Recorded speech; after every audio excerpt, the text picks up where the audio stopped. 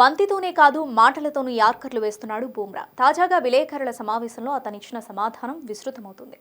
Hi Jasprit, బ్యాటింగ్పై మీ అంచనా ఏంటి?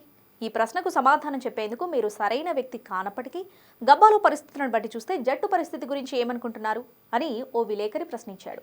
దీనికి ఇది ఆసక్తికరమైన ప్రశ్న, కానీ మీరు నా బ్యాటింగ్ సామర్థ్యాన్ని ప్రశ్నిస్తున్నారు. ఒకసారి గూగుల్ను వాడి టెస్టుల్లో ఓ ఓవర్లో అత్యధిక పరుగులు ఎవరు చేశారో చూడండి. సరదా సంగతి పక్కన పెడితే అది వేరే కథ అని బూమ్రా జవాబిచ్చాడు.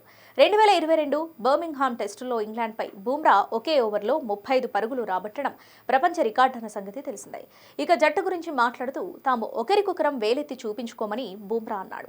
జట్టుగా మేం ఒకరికొకరం వేలెత్తి చూపించుకోం, ఆ మానసిక స్థితికి చేరాలని అనుకోవడం లేదు.